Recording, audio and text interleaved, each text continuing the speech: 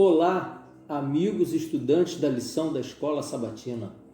Bom ter você aqui nessa segunda-feira, 6 de julho de 2020, para mais um estudo focado no testemunho pessoal. Tema de hoje, proclamando o Cristo ressurreto. Antes de seguirmos no estudo, convido você para fechar os seus olhos para uma oração antes de abrirmos a Bíblia. Obrigado, Senhor Deus, por tua bondade, pela oportunidade que temos de livremente abrirmos a tua palavra para compreendermos o teu amor por nós.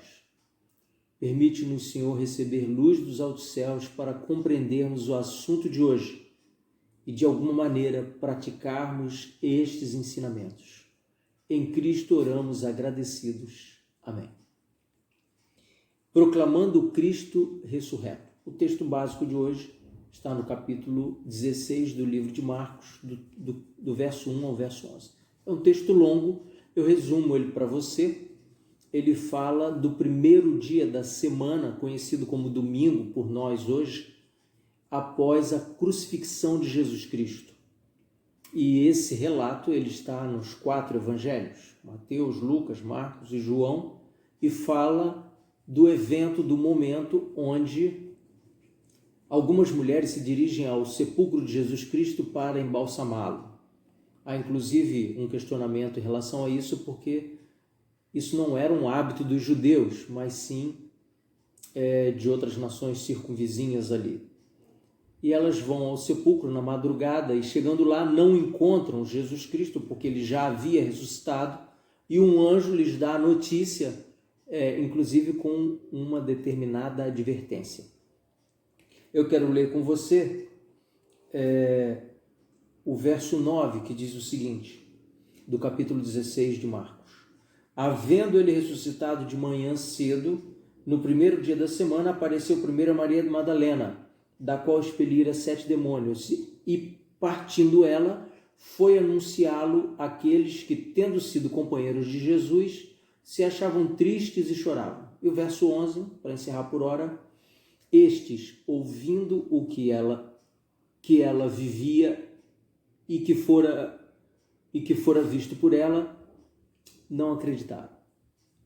Aqui existe um contexto social onde a palavra das mulheres não tinha muito crédito, muito valor naquela época. E os homens, todos os 11 discípulos de Jesus, escutaram a notícia e não deram crédito.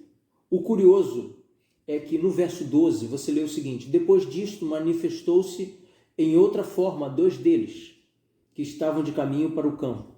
É a história que você encontra no capítulo 24 de Lucas, a partir do verso 15, quando Jesus se une a 2 dos seus discípulos que estão deixando Jerusalém, depois da festa da Páscoa, onde ele fora crucificado, e estes homens, no momento do partir o pão na casa de um deles, já no cair da noite, Jesus se revela, se apresenta para eles e desaparece de forma misteriosa. Eles correm para Jerusalém e avisam aos discípulos, mas eles também não dão crédito. Então a questão de ser mulher ou homem aqui perdeu o valor. Inclusive porque eram 2 homens, um podia servir de testemunha para o outro. Acontece que na sequência Jesus se apresenta para eles e os censura porque eles não creram naqueles que avisaram previamente da sua ressurreição. A lição comenta o seguinte: estas mulheres, ao chegar ao sepulcro, em sua mente, elas tinham as cenas do Calvário, Jesus ensanguentado, muito ferido. E elas estavam ali chegando ao sepulcro com a dúvida de quem removeria aquela pedra gigantesca. Ao chegar lá, o sepulcro está aberto, tem um anjo que lhes diz para não terem medo e informa que Jesus estava vivo, conforme ele havia dito previamente, antes da sua crucifixão. Elas estavam indo cumprir um dever. Não era um privilégio, não era um prazer de ninguém fazer esse serviço que essas mulheres estavam indo fazer. Estavam indo tristes, cabisbaixas, preocupadas, com dias difíceis pela frente, dúvidas sobre o futuro, e recebem uma notícia extraordinária de que Jesus está vivo. Ainda na sequência do texto de um ou outro capítulo, Jesus se encontra com Maria Madalena pessoalmente.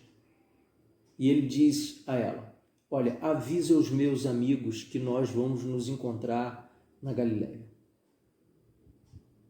Sim, Jesus Cristo em nenhum momento ele quebra o ciclo do serviço. Ele vai para a sepultura na sexta-feira da Paixão e no primeiro dia da semana, que nós conhecemos como domingo, ele ressurge conforme estava escrito dele em todos os profetas que lidaram do assunto no Antigo Testamento, que era um texto conhecido dos discípulos, dos fariseus, dos judeus, dos saduceus e de todas as outras tribos. Sim, ele ressurge porque o seu sacrifício é perfeito. Ele não pecou quando esteve aqui na terra. O anjo disse àquelas mulheres, ele lhes avisou que ressuscitaria hoje. Parece que a história está se repetindo. Nós estamos repetindo que Jesus Cristo vai voltar a esta terra uma segunda vez. As pessoas não estão dando crédito. Acontece que mesmo os nossos, da nossa casa, da nossa família cristã, muitos também não estão dando crédito ou a devida urgência a essa notícia. Algumas pessoas estão fazendo conta de tempo, esperando decretos, eventos acontecerem, e estão desconsiderando o fato de que a morte pode lhes alcançar a qualquer momento. E isso é um fechamento de conta para a segunda volta de Jesus Cristo. Portanto, o apelo para entender que Jesus está às portas nos conduz a uma preparação para recebê-lo no dia de hoje, não amanhã, hoje.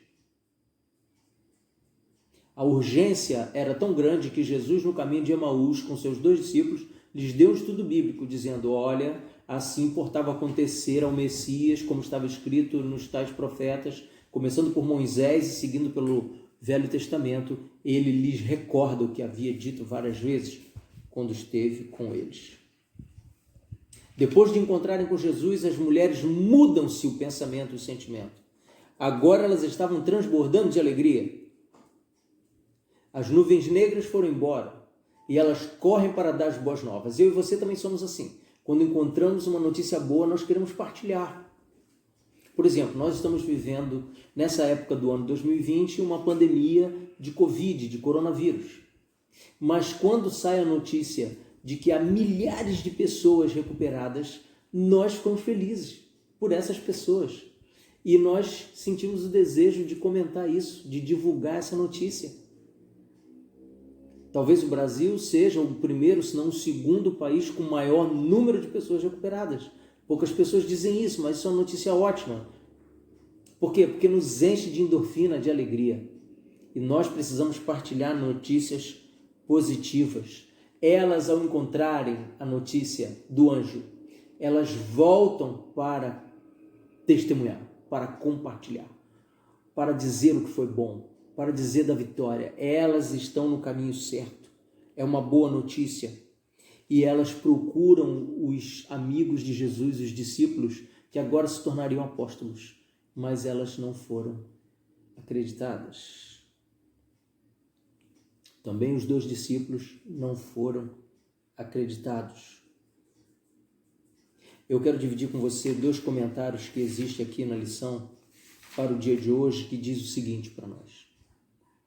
Então, com o coração temeroso e ansioso quanto ao futuro, elas se aproximaram da tumba, imaginando como passariam pelos guardas romanos e indagando quem rolaria a pedra para que pudessem entrar e embalsamar o corpo de Cristo. Veja, o ser humano ele vai chegando com as suas preocupações naturais mesmo. Só que o Senhor Deus já havia resolvido todas essas questões. Eu e você muitas vezes estamos deixando de falar da segunda volta de Jesus ou preparar o nosso espírito para recebê-lo na segunda vinda, porque estamos preocupados mesmo com questões humanas, terrenas. Mas o Senhor Jesus é quem rola a pedra. É Ele quem manda um anjo para rolar a pedra, ou seja, para tirar de nós o obstáculo. Família, emprego, trabalho, relacionamentos com pai, mãe, com pessoas de outros credos, com pessoas dos credos que você e eu podemos ter participado desde o dia do nascimento, mas nunca defendeu a segunda volta de Jesus Cristo? O segundo comentário ensina assim: enquanto corriam para contar a história, nosso Senhor ressuscitado os encontrou e exclamou: salve! Sim, Jesus estava feliz e estava dividindo uma nova época, uma nova era na humanidade. Não temais, ide avisai os meus irmãos. Elas receberam uma comissão e foram cumprir a comissão. Eu e você recebemos uma comissão de Jesus, quer dizer que ele vai voltar. E nós precisamos alcançar as pessoas que são nossos contemporâneos nessa terra e dizer a eles: Jesus está voltando. Prepare a sua casa, prepare o seu coração, prepare a sua vida, porque ele vai voltar. Algumas pessoas se intimidam de falar de Jesus porque têm medo de que a sua mensagem não seja aceita. Ora, veja, a Bíblia relata que Jesus pregou para um monte, milhares de pessoas durante o seu ministério e muitas pessoas lhe viraram as costas. Por que eu e você temos que temer isso? As pessoas são livres para dizer sim ou não para Jesus, mas esse não é o nosso encargo, não deve ser a nossa preocupação principal. A nossa preocupação principal deve ser fazer com que elas estejam diante do escrito bíblico e tenham a liberdade de dizer sim ou não para Jesus. O Senhor Jesus está voltando. Tudo que o Senhor Jesus disse até a sua ressurreição se cumpriu. Da sua ressurreição para cá, as suas palavras apontam para a segunda vinda, para a sua segunda vinda, para que ele possa levar para os céus e viver com ele eternamente aqueles que voluntariamente o escolheram. Seja você também alguém que voluntariamente hoje escolhe Jesus para ser o Senhor da sua vida. Você já testemunhou de Jesus e não foi bem aceito? Como foi essa experiência para você? O que você aprendeu com esse evento? Entenda, quando eu e você abrimos a boca para falar de Jesus para alguém, não estamos sozinhos, o Espírito Santo está conosco. A obra de salvação de perdidos, de pecadores como eu e você, é uma obra de Deus, que atravessa o sacrifício de Jesus na cruz no Calvário e a intercessão do Espírito Santo na mente de seres humanos como eu e você na terra, até a segunda volta de Jesus Cristo. Muito bem, eu vou encerrando o estudo de hoje, lembrando a você que testemunhar é um privilégio que nós temos. Nunca estaremos sozinhos e o Espírito Santo nos guiará por todo o caminho. Deus te abençoe. Fica na paz de Jesus. Amém.